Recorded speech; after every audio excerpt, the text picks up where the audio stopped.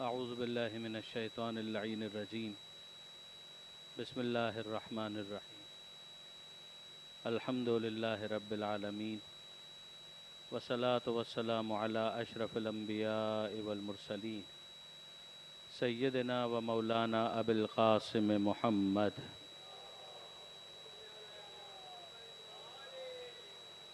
و اہل بیتہ الطیبین الطاہرین المعصومین المظلومین المنتجبین المنتخبین المیامین لا سیما علی الامام المنتظر والحجۃ الثانی عشر الذین اذهب اللہ عنہم الرجس وطہرہم تطہیرا واللعنۃ الدائمۃ الباقیۃ علی اعدائہم اجمعین من یوم ظلمہم الی قیام یوم الدین رب اشرح لی صدری ویسر لی امری واحلل عقدۃ من لسانی یفقہوا قولی واجعلنی خالصا لوجہک الکریم یا اللہ صلوات علی محمد وآل محمد۔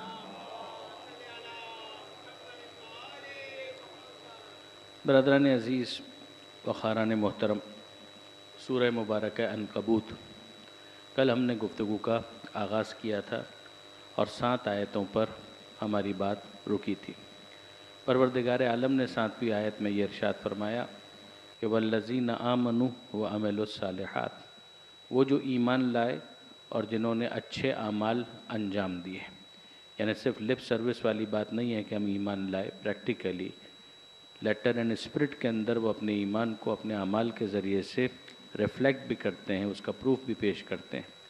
یہ وہ افراد ہیں کہ لَنُكَفِّرَنَّ عَنْهُمْ سَيِّئَاتِهِمْ، کہ ان کے اگر کوئی برے کام بھی ہیں تو ان برے کاموں کے اوپر بھی ہم پردہ ڈال دیں گے، جس پر کل بات ہوئی تھی کہ جب وہ ایمان لا چکے اعمال صالح وہ انجام دے رہے ہیں تو پھر برے عمل آئے کہاں سے؟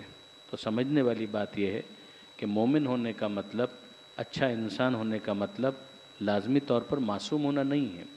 وہ مومن ہونے کے بعد، اچھے اعمال انجام دینے والا بننے کے بعد کبھی کبھی لغزش ہو سکتی ہے، کبھی وہ بھٹک بھی سکتا ہے، کبھی خطا بھی کر سکتا ہے، کبھی گناہ بھی ہو سکتا ہے۔ تو یہ افراد ان کے نامہ اعمال میں سیئات ہیں، مگر ان کی توبہ کی وجہ سے، کبھی ان کی نیکیوں کو کنسیڈر کرتے ہوئے، کبھی ویسے ہی فضل پروردگار، کبھی کسی اور کی دعا کی وجہ سے پروردگار ان کو معافی کی سند دے دیتا ہے۔ کبھی ماں کی دعا کام آ جاتی ہے، کبھی کسی بھائی کی دعا کام آ جاتی ہے، کبھی صاحبان ایمان کی دعا کام آ جاتی ہے۔ یہ تمام تر چیزیں ہوتی ہیں، اور ویسے ہی پروردگار عالم اپنے لطف و کرم کی وجہ سے اگر کسی کو معاف کرنا چاہے تو اس کے لطف و کرم کے اوپر کوئی پابندی عائد نہیں کی جا سکتی۔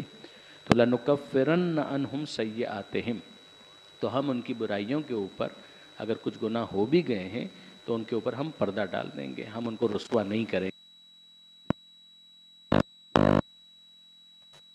من جزا دیں گے، ریوارڈ دیں گے، احسن الذی کانوا یعملون، جو عمل وہ انجام دیتے ہیں اس سے بہت بہتر ہم ان کو اجر عطا کریں گے، جس کے بارے میں کل میں نے گزارش کی تھی کہ خاص پہلو اس کا یہ بھی بیان کیا گیا کہ انسان اپنی زندگی کے اندر جو عبادتیں انجام دے رہا ہوتا ہے وہ سب ہوموجینیس نہیں ہوتی، سب ایک لیول پر نہیں ہوتی۔ کبھی اس کی عبادت کا معیار بہت بہتر ہوتا ہے، کبھی بہت اعلیٰ پیمانے پر وہ عبادت کر رہا ہوتا ہے، نماز پڑھ رہا ہے تو دل لگ رہا ہے اس کے اندر، پوری طرح سے انوالو ہو کر وہ روزہ رکھ رہا ہے۔ کبھی وہ جاتا ہے زیارت کے اوپر، بہت دل سے زیارت کے فریضے کو انجام دیتا ہے، عزاداری کرتا ہے، بہت کھل کے وہ عزاداری کرتا ہے، دل سے عزاداری کرتا ہے، کبھی وہ معیار نہیں رہتا۔ یہاں پروردگار عالم گویا اپنے فضل کا اعلان کر رہا ہے کہ جو تمہارے اعمال ہیں اس کے اندر مختلف سطح کے اعمال ہیں، اچھے بھی ہیں، میڈیوکر بھی ہیں، تھوڑے سے انفیریئر بھی ہیں، لو کوالٹی کی بھی ہیں، مگر جب ثواب کا معاملہ آئے گا تو ہم تمہارے انفیریئر اعمال کو بھی ایلیویٹ کر کے اس لیول پر لے جائیں گے کہ جہاں تمہارے فائنسٹ اعمال موجود ہوں گے۔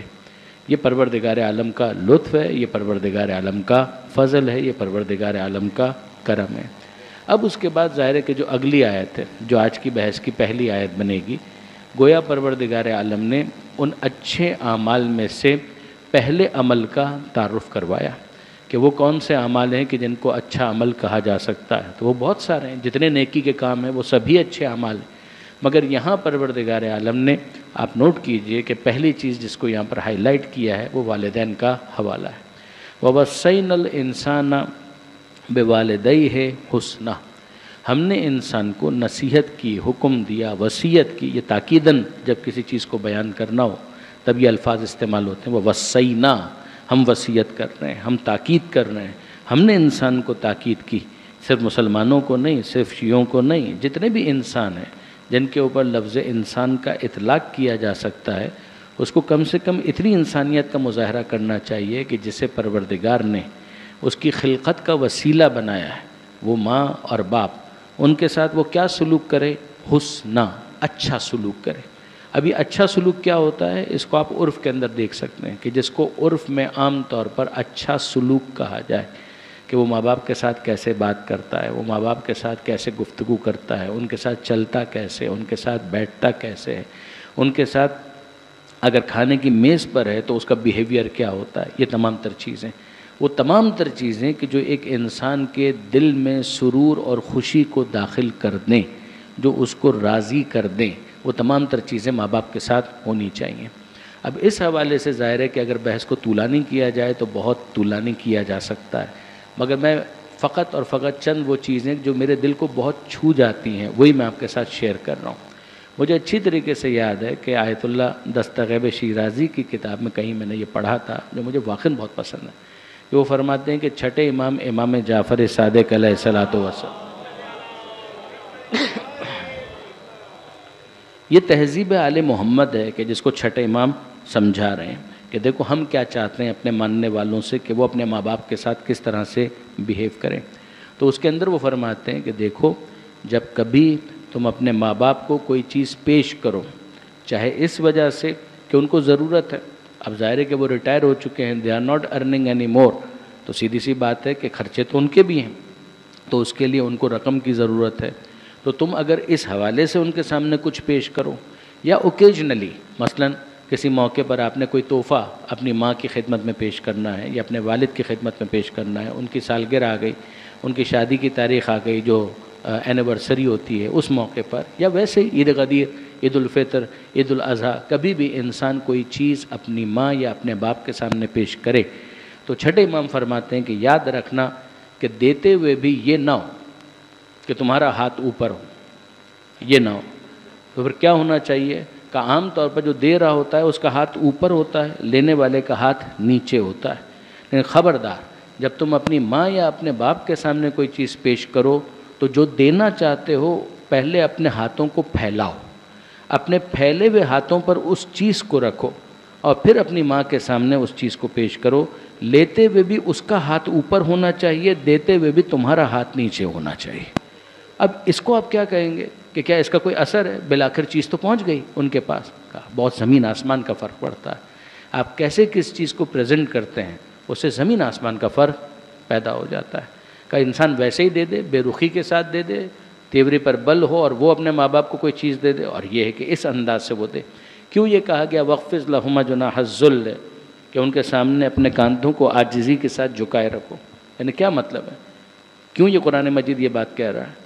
کہ اس طریقے سے اس بات کا اظہار کرو کہ تمہاری نظر میں ان کی اہمیت ہے، تم ان کو اپنا محسن سمجھتے ہو. اس کا مطلب یہ ہے کہ تم ان کی قدردانی کر رہے ہو. یہ بالکل ویسا ہے کہ جیسے یہ کاندھوں کو جھکائے رکھنا یہ کیا ہے؟ یہ بالکل ایسا ہے کہ جیسے کوئی پروٹوکول آفیسر ساتھ ساتھ چل رہا ہے.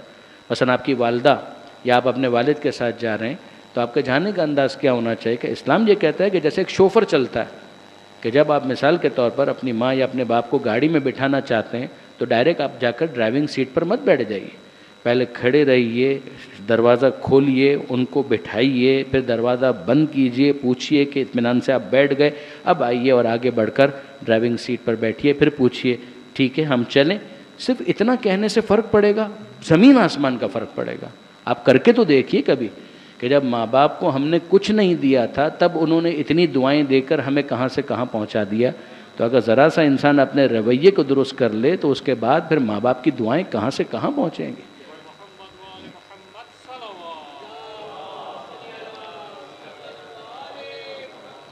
آپ جتنی بھی ترقی کر جائیں، دیکھیے میں کبھی نہیں کہوں گا کہ اگر کوئی ہمارا دوست ہے وہ MS کر چکا ہے کیمسٹری کے اندر تو ہم کبھی نہیں کہتے کہ وہ کیمسٹری کا فارمولہ جا کر اپنی والدہ سے ڈسکس کرے. یعنی بہت سارے افراد آتے ہیں، جوان آتے ہیں، وہ پوچھتے ہیں، وہ کہتے ہیں کہ ہم اپنے ماں باپ کے ساتھ گفتگو کرتے ہیں بٹ وہ لاجیکلی گفتگو نہیں کرتے. تو آپ کو کس نے کہا تھا کہ آئنسٹائن کی تھیوری آف ریلیٹیوٹی اپنے والدہ سے ڈسکس کر؟ آپ سے کس نے کہا تھا کہ لاز آف موشن کے اوپر ان سے گفتگو کریں؟ آپ کو تھرمو ڈائنامکس ڈسکس کرنے کے لیے تھوڑی کہا تھا۔ بات یہ نہیں ہو رہی ہے کہ جس فیلڈ کے اندر آپ کی ایکسپرٹیز ڈیولپ ہو چکی ہے، آپ اس فیلڈ کے بارے میں جا کر ان سے بات کریں گے تو وہ آپ کو اس کے بارے میں کوئی ایسا گن بتا دیں گے کہ جس کے نتیجے میں آپ کو اپنے تھیسس کی رائٹنگ کے اندر آسانی ہو جائے گی۔ نان سینس بات آپ کر رہے ہیں، جو ان کی فیلڈ نہیں ہے اس کے بارے میں اگر وہ کچھ کہہ بھی رہے ہیں اور آپ کو یقین ہے کہ وہ غلط ہے تو ٹھیک ہے، شفقت کے ساتھ ادب کے ساتھ خاموش ہو جائیے۔ ان کے ساتھ الجھنے کی ضرورت نہیں ہے، اس موضوع پر ان سے بحث کرنے کی ضرورت نہیں۔ بات یہ ہو رہی تھی کہ جو آپ کے معاشرتی معاملات ہیں، جو آپ کے گھر کے معاملات ہیں، جو آپ کے فیملی کے ایشوز ہیں، اس کے اندر ان کی بات کو بہرحال ایک امپورٹنس دی جائے۔ اس میں بھی اگر کوئی وہ ایسی بات کہہ رہے ہیں کہ جو لگتا ہے کہ آپ کو کہ زیادتی ہے، تب بھی ان کے سامنے بدتمیزی کی آپ کو اجازت نہیں ہے۔ چاہے آپ کو لگتا ہے کہ ان کی بات جو ہے کوئی زیادتی کی بات ہے تو ٹھیک ہے، آپ اس کے اوپر عمل نہ کریں، لیکن یہ کہ عمل نہ کرنا اور بات ہے، بدتمیزی کرنا اور بات ہے۔ اگر یہ کانٹیکسٹ آپ کو سمجھ میں آ گیا تو اگلی بات بھی آپ کے لیے بالکل واضح ہو جائے گی، جو یہاں پر خود پروردگار کہہ رہا ہے۔ پروردگار یہی کہہ رہا ہے، وَوَصَّيْنَا الْإِنسَانَ بِوَالِدَيْهِ حُسْنًا، ہم نے انسان کو تاکید کی، وصیت کی اس کے ماں باپ کے بارے میں، حسنا، حسن کی، اچھا سلوک، بہتر سلوک، شائستہ سلوک، ادب کے دائرے میں رہتے ہوئے ان کے ساتھ مزاح بھی کریں تو ان کے وقار کا خیال رکھیں۔ ٹھیک ہے، ماں باپ کے ساتھ انسان مزاح بھی کر سکتا ہے، لیکن یہ ہے کہ ادب کے دائرے میں رہتے ہوئے۔ وَإِن جَاهَدَاكَ، اگر وہ دونوں تمہیں مجبور کریں، لِتُشْرِكَ بِي، کہ تم میرے ساتھ کسی کو شریک قرار دو، اس سے بڑی نان سینس بات تو کوئی نہیں ہو سکتی نا۔ اب تو کیمسٹری کا فارمولہ بھی ایک طرف رہ گیا اور فزکس کی باتیں بھی ایک طرف رہ گئیں، تھیورم بھی ایک طرف رہ گیا اور اکنامکس کی جتنی تھیوریز ہیں وہ بھی ایک طرف رہ گئیں۔ بھئی سب سے بڑا ظلم کیا ہو سکتا ہے کہ ان الشرک لظلم عظیم، کہ ظلم عظیم ہے وہ چیز جس کو شرک کہا جاتا ہے، کہ خدا کے ساتھ کوئی پارٹنر ایسوسیٹ کر دینا۔ پروردگار عالم فرماتا ہے کہ ہم تمہیں یہ کہہ رہے ہیں کہ اگر وہ تمہیں مجبور کریں لتشرک بی، کہ میرے ساتھ شریک قرار دو، ما لیس لک بہ علم، جس کا تمہارے پاس کوئی علم ہی نہیں ہے۔ علم نہیں ہے یعنی تمہارے پاس کوئی دلیل نہیں ہے، تمہارے پاس اس کی کوئی لاجک نہیں ہے کہ تم میرے ساتھ کسی کو شریک قرار دو۔ فلا تطعہما، تو اس موقع پر ان کی اطاعت مت کرنا۔ فلا تطعہما، ان کی اطاعت مت کرنا۔ اس موقع پر ہم تم سے نہیں کہتے کہ ان کو اپنا رول ماڈل بنا لو، ان کو فالو کرنا شروع کر دو۔ ظاہر ہے کہ وہ ایک غلط بات کہہ رہے ہیں، جب غلط بات کہہ رہے ہیں ان کی اطاعت نہیں کرنی۔ الیہ مرجعکم، میری ہی طرف تم سب کا پلٹ کر آنا ہے۔ فانبئکم بما کنتم تعملون، تو میں تمہیں خبر دوں گا، میں تمہیں بتاؤں گا جو عمل تم انجام دیا کرتے تھے اس کے بارے میں۔ اب آپ نوٹ کیجئے، سورہ لقمان کے اندر پروردگار عالم نے یہاں تک کہہ دیا کہ صاحبہما فی الدنیا معروفہ، کہ پھر وہ جو ان کا معاملہ ہے اسے میرے سپرد کر دو۔ تم نے ادب کے دائرے میں رہتے ہوئے ان کو سمجھا دیا کہ خدا تو بہرحال ایک ہی ہے نا، ان بتوں کو خدا ماننے کا کیا توقع ہے کہ جن کو خود ہم اپنے ہاتھوں سے تراش رہے ہیں، ان کے سامنے معتکف ہونے کی کیا توقع ہے، کیا جسٹیفیکیشن ہے؟ جس کو میں بنا رہا ہوں اسی کو میں اپنا خالق مان لوں، یہ کیسے ہو سکتا ہے؟ آپ نے پیار سے سمجھا دیا، ایک ادب کے دائرے میں رہتے ہوئے بات کو ایلوبریٹ کر دیا، ایکسپلین کر دیا۔ پھر بھی اس کے بعد وہ سامنے سے کہ اچھا ہم کو اب آپ بتائیں گے کہ شرک کیا ہوتا ہے، ہم کو آپ بتائیں گے کہ خدا ایک ہوتے ہیں یا دو ہوتے ہیں۔ ٹھیک ہے، اگر وہ اصرار کر رہے ہیں اپنی اس بات کے اوپر جو غلط ہے تو ٹھیک ہے، آپ خاموش ہو جائیے، مگر ان کے ساتھ دنیا میں جو سلوک ہونا چاہیے وہ اچھا ہی سلوک ہونا چاہیے، باقی معاملہ جو ہے وہ خدا کے سپرد کر دیا جائے۔ یہ معاملہ شرک سے شروع ہوتا ہے اور یہاں تک چلا جاتا ہے کہ فرض کیجئے کوئی مستبصر ہے، یعنی فرض کیجئے کوئی شیعہ ہو گیا اور اس کے والدین اب تک شیعہ نہیں ہوئے، تو ٹھیک ہے آپ ان کے سامنے ادب کے دائرے میں رہتے ہوئے شیعت کا تعارف کروا سکتے ہیں، لیکن یہ ہے کہ اگر وہ اس کے بعد بھی اصرار کریں کہ نہیں تم مذہب حقہ کو ترک کر دو، چھوڑ دو، تو ٹھیک ہے، ان کی بات کو قبول نہیں کیا جائے گا، مگر بات کو قبول نہ کرنا اور ہے، بدتمیزی کرنا اور ہے۔ ان دو چیزوں کے درمیان ایک فائن لائن ہے کہ جس کو سمجھنا بہت ضروری ہے۔ لائن کے اس طرف رہیے اور جتنے آرگومنٹس دینے وہ دیجئے، وہ لائن ہے ادب کی لائن۔ لائن کے اس طرف مت جائیے کہ جس کو بدتمیزی سے تعبیر کیا جائے، جس کو مس بیہیو کرنا کہا جا سکے۔ یہاں پروردگار عالم فرماتا ہے کہ ان کی اطاعت نہیں کرنی ہے اس معاملے کے اندر کہ جو غلط ہے، مگر غلط ہونے کے باوجود برا سلوک ان کے ساتھ نہیں ہونا چاہیے۔ یہ وہ منزل ہے کہ جہاں پر امیر المومنین حضرت علی ابن ابی طالب علیہ الصلوۃ والسلام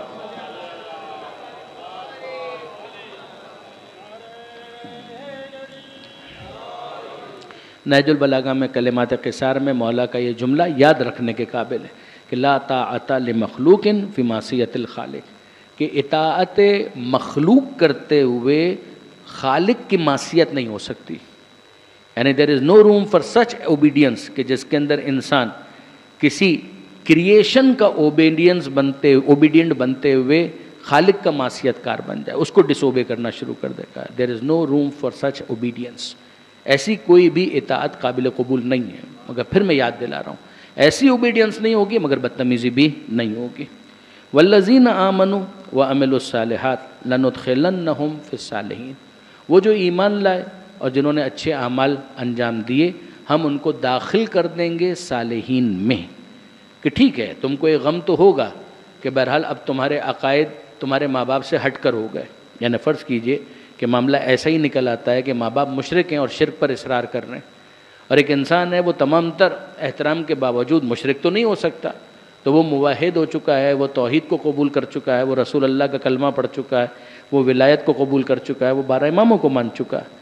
تب اس کو ایک دکھ تو ہوگا کہ بہرحال ایک فرق تو آ گیا کہ میرے ماں باپ جو ہیں ان کا مذہب کچھ اور ہو گیا، میرا مذہب کچھ اور ہو گیا. تو یہاں پروردگار عالم گویا ان کو ایک تسلی بھی دے رہا ہے کہ ہاں ٹھیک ہے فرق تو ہو گیا، اور اس فرق کی وجہ سے جدائی بھی ہو جائے گی، ہو سکتا ہے میدان قیامت میں. دنیا میں ہم نے تم سے کہا ہے کہ ان کے ساتھ اچھا سلوک کرو، مگر ظاہر ہے کہ اگر وہ مشرک ہیں تو پھر ان کا انجام جو ہو سکتا ہے اس کا امکان تو ہے کہ ہو سکتا ہے کہ وہ جہنمی ہو جائیں. لیکن تم بہرحال پروردگار عالم کے اس احسان کی طرف توجہ کرو کہ تمہیں پروردگار صالحین میں داخل کرے گا. یعنی صالحین میں داخل کرے گا کا مطلب کیا ہے کہ ٹھیک ہے وہ کہ جنہوں نے تمہیں جنم دیا ممکن ہے کہ میدان قیامت میں، میدان حشر میں، جنت میں تم ان کی معیت، ان کی کمپنی کو انجوائے نہ کر سکو، but at the end of the day تم علی کے ساتھ ہوں گے، تم حسن کے ساتھ ہوں گے، تم حسین کے ساتھ ہوں گے، تم اہل بیت کے ساتھ ہوں گے. یہ وہ چیز ہے کہ جس کو معصومین نے بیان بھی کیا کہ شیعتنا فی درجاتنا یوم القیامہ، کہ جو ہمارے شیعہ ہیں، جو ہمارے ماننے والے ہیں، وہ پھر ہمارے درجے میں ہوں گے قیامت کے دن. تو یہ چھوٹا پروردگار کی طرف سے احسان نہیں ہے، یہ پروردگار کی طرف سے چھوٹا انعام نہیں ہے کہ اگر ایک انسان حق اور حقیقت کو قبول کرتے ہوئے بظاہر کسی موقع پر خون کے رشتوں کا ظاہری احترام کرنے کے باوجود فکری اعتبار سے ان سے فاصلہ کرنا پڑے، عقائدی اعتبار سے آئیڈیالوجیکلی ان سے تھوڑا سا راستے جدا ہو جائیں، تو اس کے بعد پروردگار عالم کی طرف سے یہ اعلان کہ جو صالحین ہیں ان صالحین کے اندر ہم تم کو داخل کریں گے. اب وہ صالحین کون ہیں؟ جیسا کہ میں نے عرض کیا انبیاء، ائمہ، یہ اس کے اعلیٰ ترین مصادیق میں سے ایک ہیں. اب یہاں آگے پروردگار عالم یہ ارشاد فرماتا ہے وَمِنَ النَّاسِ مَن يَقُولُ آمَنَّا بِاللَّهِ ہے. یہ وہی کمزور افراد کہ جو ڈھل مل یقین سا ان کا ہوتا ہے، ایمان بھی بڑا سپرفیشل ہوتا ہے، سطحی ہوتا ہے، as a matter of fact in کے دل کے اندر ہپوکریسی یا منافقت کہیں نہ کہیں موجود ہوتی ہے. اب ان کی گرفت کی جا رہی ہے. اب یہ آیت اگر آپ پرانی جو کل ہم نے ڈسکس کی تھی اس کو آپ اپنے ذہن میں ریکال کر لیں کہ کیا لوگوں نے یہ سمجھا ہے کہ اتنا کہنے پر چھوڑ دیا جائے گا کہ ہم ایمان لائے اور ان کا امتحان نہیں لیا جائے گا. یہ آیت آ چکی، اس پر گفتگو ہو چکی، اس کو ذہن میں رکھیے اور اب یہاں پر آئیے.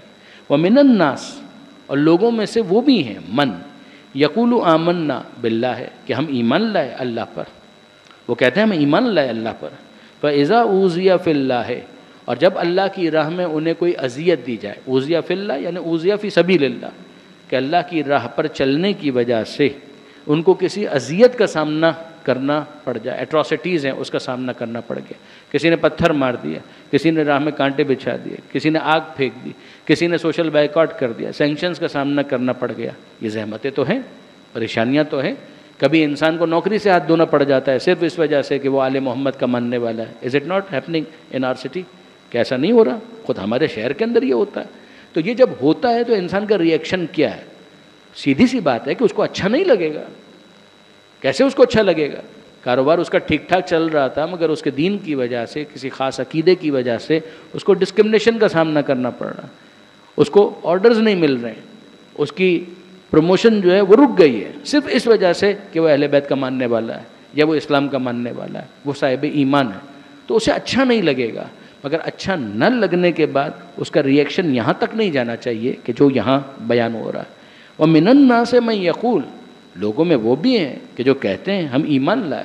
فَإِذَا أُوذِيَ فِي اللَّهِ، اور جب ان کو کسی اذیت کا سامنا کرنا پڑتا ہے خدا کی راہ پر چلنے کی وجہ سے، جعل فتنۃ الناس کعذاب اللہ، تو جو لوگوں کی طرف سے پریشانیاں آتی ہیں وہ اس کو عذاب خدا سے تعبیر کرنا شروع کر دیتے ہیں.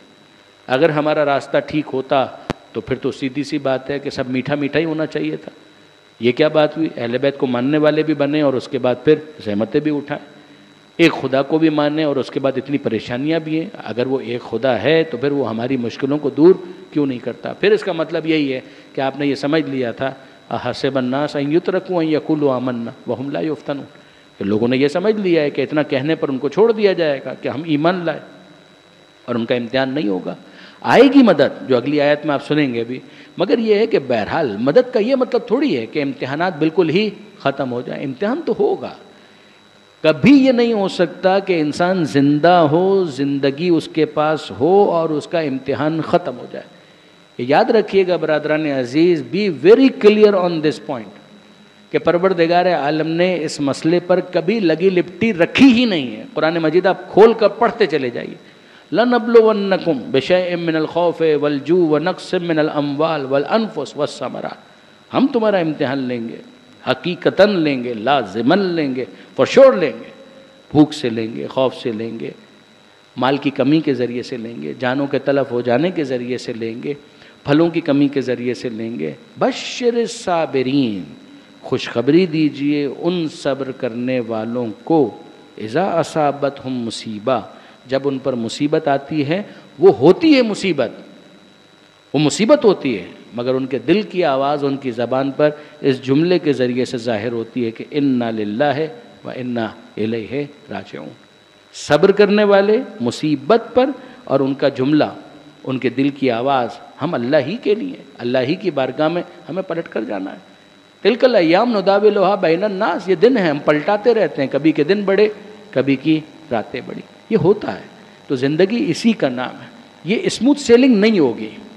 صحت ہے، بیماری آ جائے گی، مال ہے، کمی آ جائے گی، جوانی ہے، بڑھاپا آ جائے گا، اچھا خاصا سلسلہ چل رہا تھا، کوئی شوق آ جائے گا. یہ پروردگار عالم کا نظام ہے. یہ دنیا اسی کا نام ہے. دنیا امتحان کا نام ہے، امتحان کا نام ہے، امتحان کا نام. اگر کوئی شخص یہ سمجھتا ہے تو وہ اپنے ذہن سے کھرچ کر نکال دے کہ اگر ہم مومن بن گئے ہیں تو ہماری ساری زحمتیں ختم ہو جائیں گی. نہیں ختم ہوں گے. زحمتوں میں کبھی کمی آئے گی، زحمتوں کے اندر تبدیلی آئے گی، کبھی اس انداز سے کبھی اس انداز سے. لیکن یہ نہیں ہو سکتا کہ زحمتیں انسان کی بالکل ایریڈیکیٹ ہو جائیں. یہ اگر ہونا ہوتا تو پھر یہ دنیا دنیا نہ ہوتی، یہ دنیا جنت ہوتی. مسئلہ یہ ہے کہ جو بات کا مرحلہ ہے اس کو ہم پہلے تلاش کر رہے ہیں. وہ وہاں پر ملنے والی چیز ہے، اس کو آپ یہاں پر تلاش کریں گے تو آپ کو کہاں سے ملے گی؟ نہیں مل سکتی. آئی نو، مجھے بھی معلوم ہے کہ اس بات کو کہنا بہت آسان ہے مگر اس کو انڈرسٹینڈ کرنا، ڈائجسٹ کرنا، ایسیمولیٹ کرنا اتنا آسان نہیں ہے. میں آپ کی خدمت میں عرض کروں تھوڑا لائٹر نوٹ کے اوپر درود بھیجے گا محمد و آل محمد. یہ وہ منزل ہے. یہ آیت تو بھی ہم مکمل کریں گے مگر میں اپنے چائلڈہڈ کو ریکال کرتا ہوں. میں نے بعض مجلسوں کے اندر بھی اپنا یہ تجربہ شیئر کیا تھا. آپ سب جانتے ہیں یہاں پہ کتنے ہی ایسے افراد ہیں کہ جو سال ہاں سال سے مجھ سے واقف ہیں. میرا بچپن گزرا کھارا در میں، اور میں کھارا در کو کبھی بھلا ہی نہیں سکتا. انصاف کی بات ہے کہ میں کبھی نہیں بھلا سکتا، نہ اس ماحول کو، نہ اس گلیوں کو، نہ اس محلے کو، نہ بڑے امام بڑے کھارا در کو، نہ محفل جعفری کو، نہ انجمن خدام القرآن کو، نہ محمدی ویلفیئر سوسائٹی کو. میں کبھی بھلا ہی نہیں سکتا. محفل ابو الفضل عباس کھوجا مسجد، اٹس امپاسبل. اسی لیے کئی مرتبہ میں نے ممبر سے بھی لائٹر نوٹ پر یہ بات کہی کہ الکھارا در مل کھارا در وما ادراک مل کھارا در. یعنی جو افراد نہیں جانتے، یہاں پر تو تقریباً سب جانتے ہیں کہ الکھارا در مل کھارا در وما ادراک مل کھارا در، کہ تمہیں کیا معلوم کہ کھارا در کیا ہے. جو وہاں پر اس زمانے میں رہا ہے، آج کا کھارا در وہ کھارا در بھی نہیں رہا، لیکن یہ ہے کہ وہاں پر مجھے اچھی طریقے سے یاد ہے کہ یہ جو مسئلہ ہے نا کہ پروردگار عالم نے دنیا کا نظام کیا بنایا ہے. اس دنیا کے نظام کے اندر دکھ ہے، تکلیف ہے، مشکلات ہیں، پریشانیاں ہیں، زحمتیں ہیں، مصیبتیں ہیں. پھر کہیں کہیں کچھ مزہ بھی ہے. آپ شربت کا ایک گلاس آپ کو مل جائے تو کچھ دیر کے لیے آپ اپنی ساری تکلیفیں بھول جاتے ہیں اگر اچھا شربت ہو. اگر افطار کے موقع پر ایک اچھا چائے کا کپ مل جائے تو لگتا ہے کہ واقعاً آب کوثر انسان نے پی لیا. سمجھانے کے لیے کہہ رہا ہوں. اسی طریقے سے بہت سارے کھانے ایسے ہو سکتے ہیں کہ جو آپ کو مرغوب ہوں. آپ کا بیڈ ایسا ہو سکتا ہے کہ جس کے اوپر آپ کو نیند کا مزہ آ جائے. زمین پر ہو سکتا ہے سونے کا وہ مزہ نہ آئے. آپ دیکھیں گے کہ اوورآل پروردگار عالم نے نظام یہ قائم کیا ہے کہ زحمتیں ہیں، تکلیفیں، اور درمیان میں کچھ چیزیں ایسی رکھ دی ہیں کہ جس کو انسان انجوائے کر لیتا ہے، انٹرٹین ہوتا ہے، اس سے دل خوش ہو جاتا ہے. مگر دل خوش ہوتا ہے اور پھر اس کے بعد ایک اور زحمت اس کے سامنے کھڑی ہوتی ہے. یہ خدا کا پورا فلسفہ ریلیٹیولی کسی حد تک مجھے سمجھ میں آیا جب کھارادر میں انجمن خدام القرآن میں دینیات کا امتحان دے رہا تھا. یقین جانیے، یعنی جب میں طالب علم بنا اور قرآن مجید کو باقاعدہ سبجیکٹ کے طور پر میں نے پڑھنا شروع کیا، تفسیر کی کتابیں اپنے سامنے رکھی اور اسٹڈی کرنا شروع کیا، تو یہ مسئلہ میرے لیے بالکل حل ہوا. کیس کیا ہے بھئی؟ ایک طرف زحمتیں ہیں اور دوسری طرف کچھ انٹرٹینمنٹ بھی پروردگار عالم نے رکھا ہوا ہے. انجمن خدام القرآن شاید اب بھی وہاں پر دینیات کا امتحان ہوتا ہو. ہم لوگ دیا کرتے تھے ماہ رمضان ہی میں. اس میں وہ ایک نصاب دیتے تھے 14 ستارے، علامہ نجم الحسن کراروی صاحب کی سیرت کی کتاب. اس کے کچھ چیپٹرز دے دیتے تھے کہ اس کو پڑھ کر آئیے، سیلف اسٹڈی. توضیح المسائل آغا خوئی امام خمینی، ان میں سے کسی ایک کی توضیح کو انسان اٹھائے، کچھ چیپٹرز دے دیتے تھے. مطلق آب مضاف ہے، مطہرات ہے، نجاسات ہے، کچھ دے دیا انہوں نے اور کہا کہ اب اس کی تیاری کر کے امتحان دیجیے گا.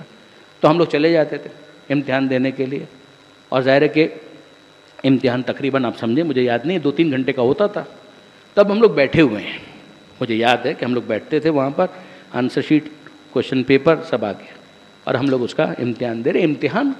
امتحان تلخ ہے، امتحان ناگوار ہے، امتحان کے اندر زحمت ہے.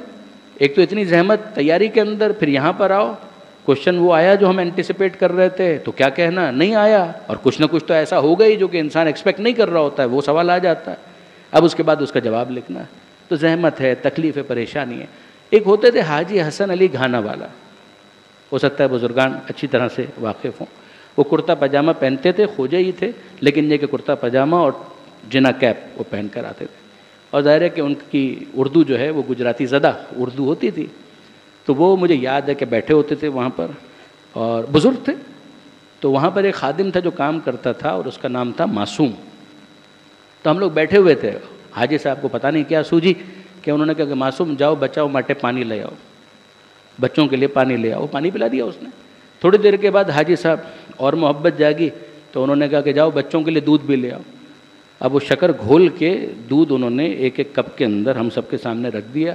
یہ وہ زمانہ تھا جب گھر میں دودھ پینا بھی لگژری تھا، آسانی کے ساتھ اویلیبل نہیں ہوتا تھا. ہم روزانہ دودھ نہیں پیتے تھے.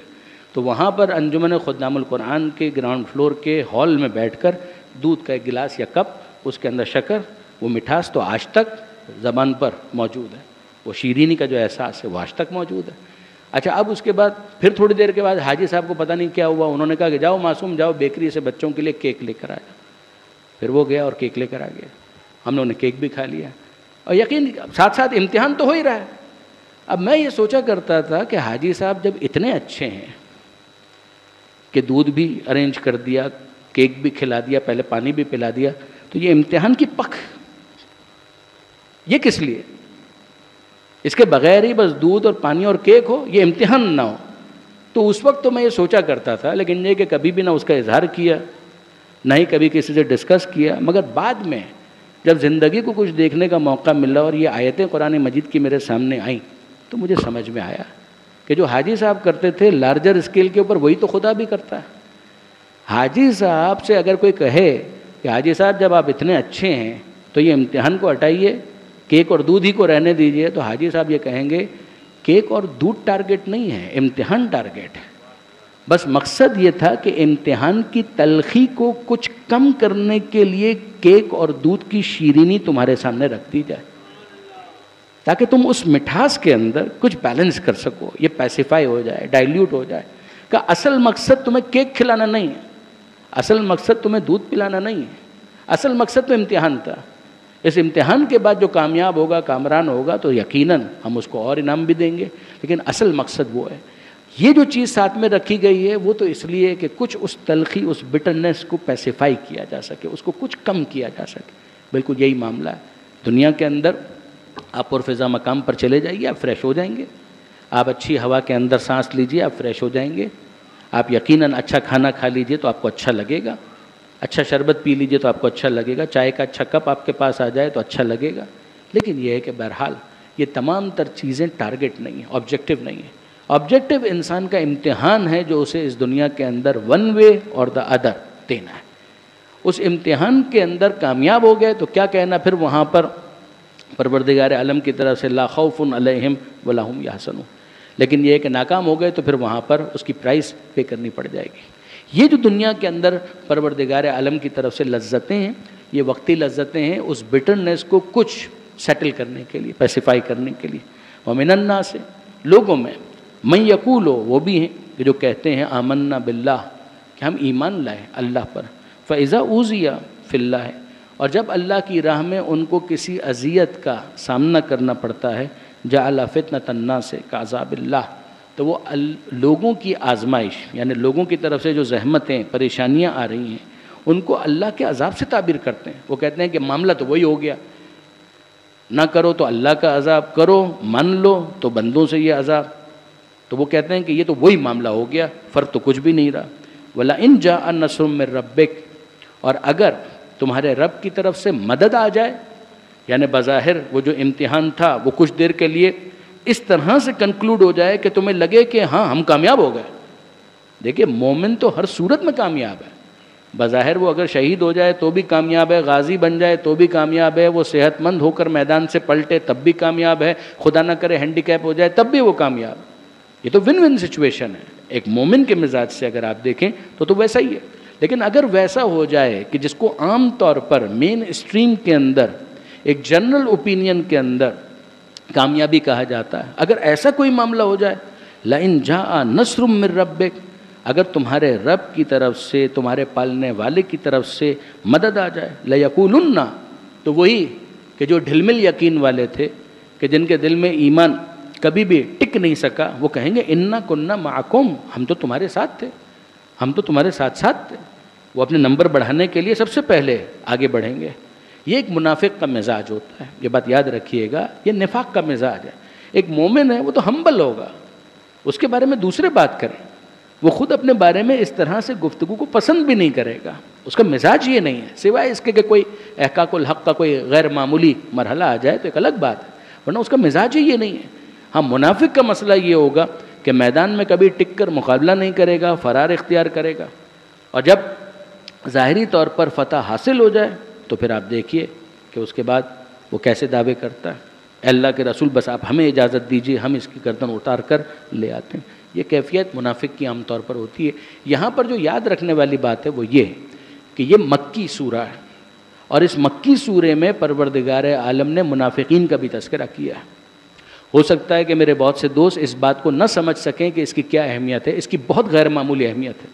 اس لیے کہ عام طور پر یہ کہا جاتا ہے کہ جتنے بھی منافقین تھے وہ سب کے سب مدینہ منورہ کے اندر منظر عام پر آئے، یعنی نفاق کا وجود مدینہ منورہ میں، اس لیے کہ وہاں پر بظاہر حکومت قائم ہو چکی تھی، بظاہر مفادات تھے، اس وجہ سے وہاں پر منافق پیدا ہوئے۔ مکی زندگی کے اندر جتنے بھی بظاہر مسلمان ہو رہے تھے وہ سب کے سب پکے مسلمان تھے، لیکن نہیں، یہ سورہ تو کچھ اور ہمیں بتا رہا ہے۔ یہ سورہ ہمیں وضاحت کے ساتھ کہہ رہا ہے کہ نہیں، مکی زندگی کے اندر بھی وہ افراد موجود تھے کہ جن کو قرآن منافق سے تعبیر کرتا ہے۔ ابھی آپ سنیں گے لفظ منافق پروردگار عالم نے استعمال بھی کیا۔ اس کا مطلب یہ ہے کہ ان میں بھی چھانٹی کی ضرورت ہے کہ پیغمبر اکرم ہے تو وہ معیار حق ہیں، اور پیغمبر اکرم کے بعد کوئی ایسا معیار حق ہونا چاہیے کہ جو صرف یہ کہہ کر نہ چھوٹ جائے، دوسرے افراد یہ کہہ کر نہ چھوٹ جائیں کہ ہم تو اس وقت بظاہر اسلام لائے تھے، بلکہ جو اس کے ساتھ ہوگا اسی کو حقیقی مسلم اور حقیقی مومن مانا جائے گا۔ اسی لیے محسوس ہوتا ہے کہ پیغمبر اکرم نے اس بات کو لٹمس پیپر ٹیسٹ بنا دیا، معیار بنا دیا کہ ایمان اور نفاق کا معیار کیا ہے۔ تو آپ صحابہ کرام کا وہ جملہ یقیناً آپ نے سنا بھی ہوگا، کتابوں کے اندر موجود بھی ہوگا کہ علی کی محبت ایمان ہے اور علی کا بغض نفاق ہے۔ یہ کیوں پیغمبر اکرم کہہ رہے ہیں؟ صحیح مسلم کے اندر کیوں آ گیا؟ اس کی وجہ یہ ہے کہ صرف مدینہ منورہ نہیں ہے، مکہ معظمہ کے اندر بھی، صرف ہجرت کے بعد نہیں، ہجرت سے پہلے بھی ایسے افراد موجود تھے کہ جو بظاہر مسلمان تھے، لیکن مسلمان ہونے کے باوجود ان کا اسلام اور ان کا ایمان زبان سے نیچے کی طرف نہیں تھا، حلق سے نیچے وہ ایمان نہیں اترا تھا۔ اولیس اللہ بعالم بما فی صدور العالمین، کیا خدا اس بات سے واقف نہیں ہے؟ کیا خدا نہیں جانتا؟ خدا خوب جانتا ہے اس بات کو کہ جو ہر ایک کے سینے میں موجود ہے، عالمین کے سینے میں جو کچھ ہے وہ خدا جانتا ہے، یعنی ہر چھپی ہوئی بات سے پروردگار واقف ہے۔ وَلَيَعْلَمَنَّ اللَّهُ الَّذِينَ آمَنُوا وَلَيَعْلَمَنَّ الْمُنَافِقِينَ، تو خدا جان کر رہے گا کہ کون ہے وہ جو ایمان لائے اور کون منافقین ہیں۔ یہ منافقین کا لفظ یہاں پر پروردگار عالم نے استعمال کیا۔ ظاہر ہے کہ بعض مفسرین جب اس معاملے میں نشیب محسوس کرتے ہیں تو پھر وہ کہتے ہیں کہ یہ اعتقاد کی کمزوری ہے کہ جس کو یہاں پر نفاق سے تعبیر کیا گیا ہے، یوں ہی صحیح، مگر بہرحال اعتقاد کی کمزوری اس ایمان کے درجے سے تو ان کو بہت دور لے گئی کہ جس کے اوپر نجات کا دار و مدار ہے۔ درود بھیجے گا محمد و آل محمد پر۔ یہ آیت نمبر 11 یہاں تک بات پہنچی، مگر اگر آپ مجھے اجازت دیں تو ہم 2 منٹ کے اندر ایک اور آیت کو بھی کور کر لیں۔ ایک مرتبہ درود بھیجیے گا محمد و آل محمد۔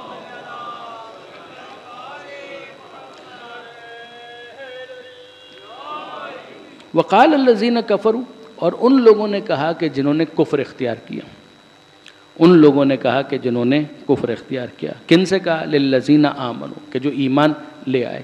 اب یہ خاص مکے کی اس فضا کو بھی ذہن میں رکھیے گا کہ جہاں پر بہت سارے غریب بیچارے زحمت برداشت کرتے ہوئے ایمان قبول کر رہے ہیں، ان کے بہت سے سردار بھی ہیں، کبھی وہ ان کو اذیت دیتے ہیں، مارتے ہیں، پیٹتے ہیں۔ کچھ تو وہ ہیں جو ایسے ہیں کہ جن کا بھی تذکرہ کیا گیا وہ ہیں ہی منافق، لیکن بہت سے ایسے ہیں کہ جو منافق نہیں ہیں، ان کو زحمتیں دی جا رہی ہیں، پریشان کیا جا رہا ہے، تو ان کو کبھی ٹارچر کے ذریعے سے اسلام سے دور کرنے کی کوشش کی جاتی ہے اور کبھی ان کو لالچ کے ذریعے سے اسلام سے دور کرنے کی کوشش کی جاتی ہے، اور کبھی اس طرح کی باتوں کے ذریعے سے۔ وہ باتیں کیا ہیں ان کو ذرا سنیے۔ ان لوگوں نے کہا کہ جنہوں نے کفر اختیار کیا، کن سے؟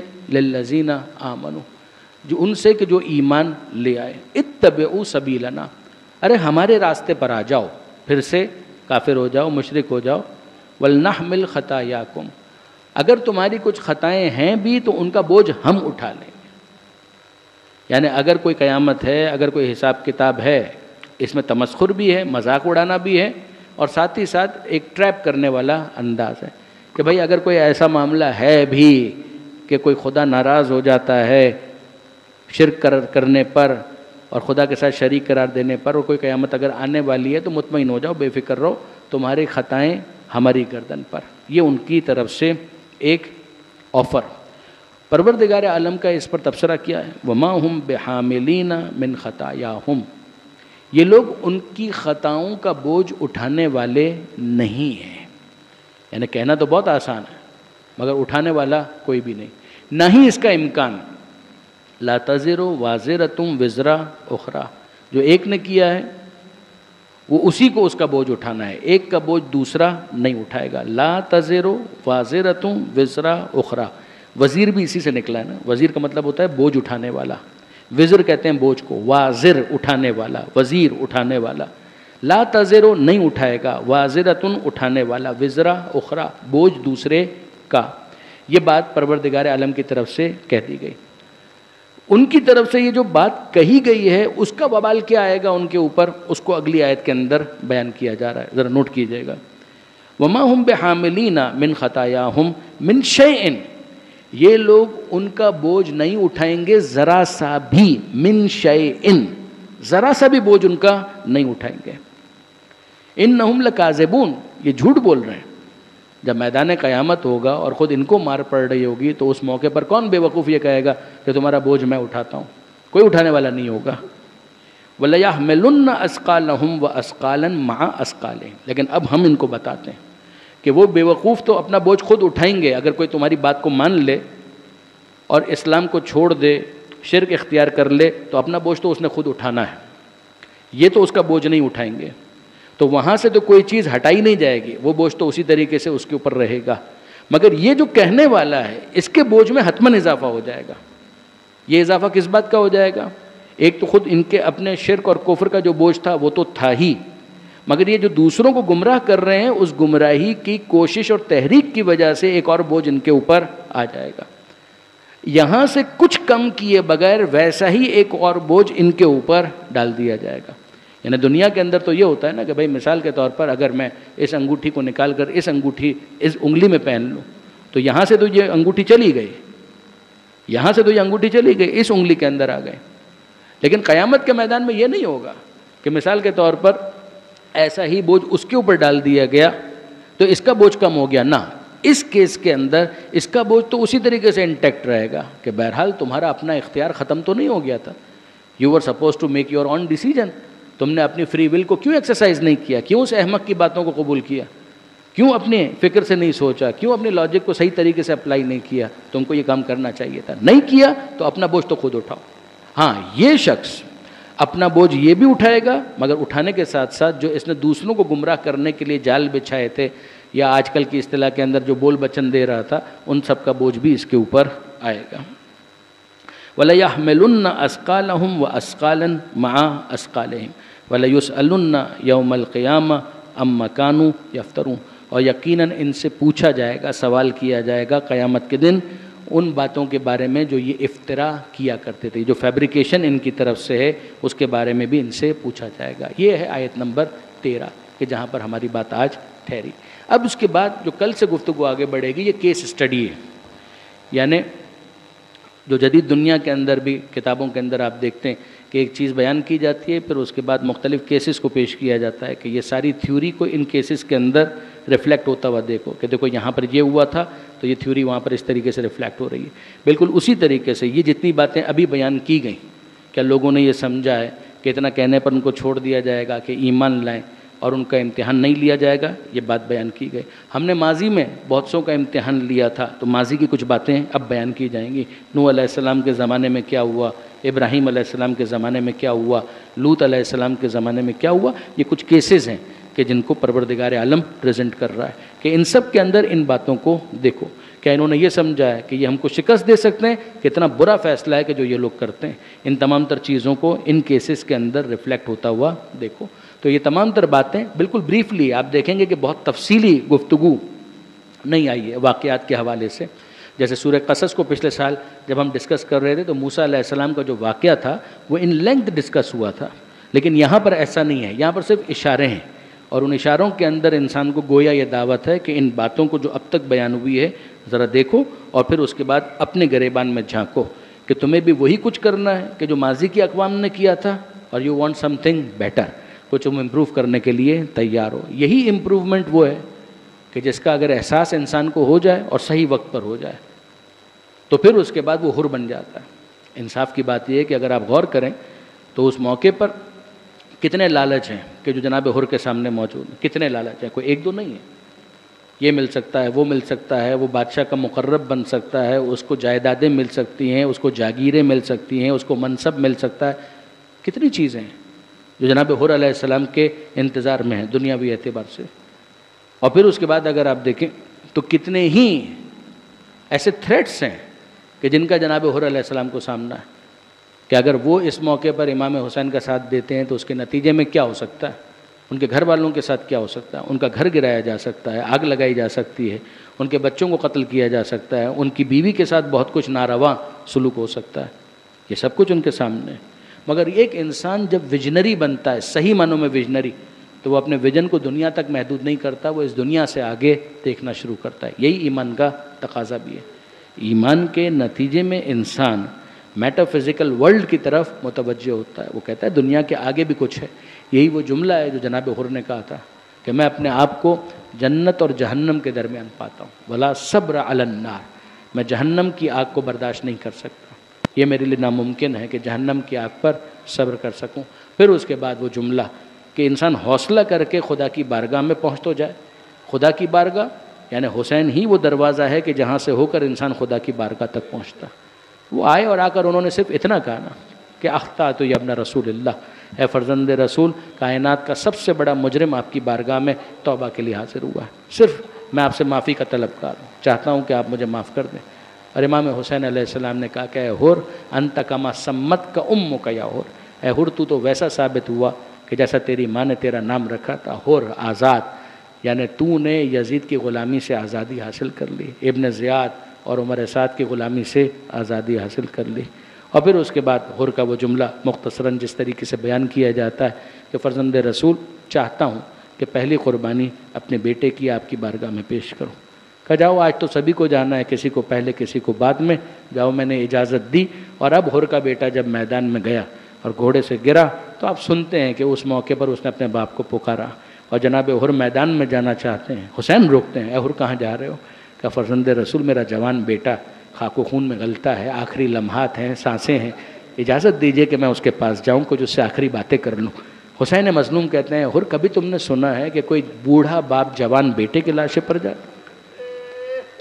میں تمہیں یہ زحمت نہیں دوں گا، تم میرے مہمان ہو، میں خود جاؤں گا، تمہارے بیٹے کو اس طرح سے لے کر آؤں گا، میں تمہیں اس طرح سے اپنے بیٹے کے پاس نہیں جانے دوں گا۔ اور یہی وہ منزل ہے کہ جہاں پر ہم حسین مظلوم کو مخاطب کر کے کہتے ہیں کہ السلام علیک یا ابا عبداللہ، اے مولا حسین، یہ بس آپ کا حوصلہ ہے کہ جب حر کا جوان بیٹا تڑپ رہا تھا تو آپ نے کہا تھا کہ کوئی بوڑھا باپ جوان بیٹے کے لاشے پر نہیں جاتا، مگر جب آپ کا جوان میدان میں جا کر خاک و خون میں غلطا ہوگا، ایڑیاں رگڑ رہا ہوگا، آپ کا علی اکبر کہے گا السلام علیک یا ابا عطا، اے بابا میرا سلام آخر قبول کیجئے، تو کوئی یہ کہنے والا نہیں ہوگا اے حسین تم بوڑھے باپ ہو، یہ جوان بیٹے کا لاشا تم سے نہ اٹھایا جائے گا، آپ ہی کو جانا ہوگا کہ اپنے جوان کا لاشا لے کر واپس آئیں۔ اللہ لعنت اللہ علی الظالمین وسیعلم الذین ظلموا ای منقلب ینقلبون۔ بار الہ اس قلیل توسل کو اپنی بارگاہ میں قبول فرما، مالک ان آنسوؤں کو جناب سیدہ کے رومال میں جگہ عطا فرما، قرآن مجید کو سمجھنے اور اس پر عمل کی توفیق عطا فرما، ماہ مبارک رمضان سے استفادے کی توفیق عطا فرما۔ مالک جو عبادتیں ہم کر رہے ہیں اسے قبول فرما، ہم کیا اور ہماری عبادتیں کیا، ہم بھی ناقص، عبادتیں بھی ناقص، محمد و آل محمد کے واسطے سے ہماری ناقص عبادتوں کو بطور کامل اپنی بارگاہ میں قبول فرما، زمانے کے امام کے ظہور میں تعجیل فرما، ہمیں ان کے اعوان و انصار میں شمار فرما۔ ربنا تقبل منا انک انت السمیع العلیم وتب علینا انک انت التواب الرحیم۔